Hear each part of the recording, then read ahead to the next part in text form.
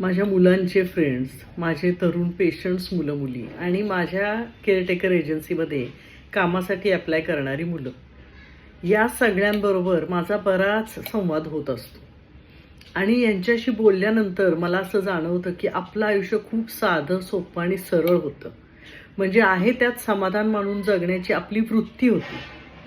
आता सगळंच बदललंय. म्हणजे वाढती बेरोजगारी, वाढती महागाई, प्रचंड लोकसंख्या, प्रचंड स्पर्धा, या सगळ्यातून आयुष्याचा मार्ग काढून स्वतःला प्रूव्ह करणं खूप अवघड आहे. आणि थोडंफार कमवून चालतंय असं आयुष्यही आता राहिलं नाही. जगणंच महाग झालंय. अपेक्षा वाढल्यात.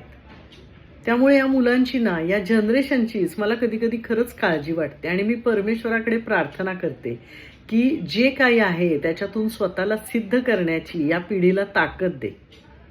त्यांना यश मिळू दे, आनंद मिळू दे, समाधान मिळू दे. आणि सगळ्यात महत्त्वाचं म्हणजे ह्या जनरेशनला कधीही निराश होऊ देऊ नकोस. कारण तेच सगळ्यात महत्त्वाचं आहे.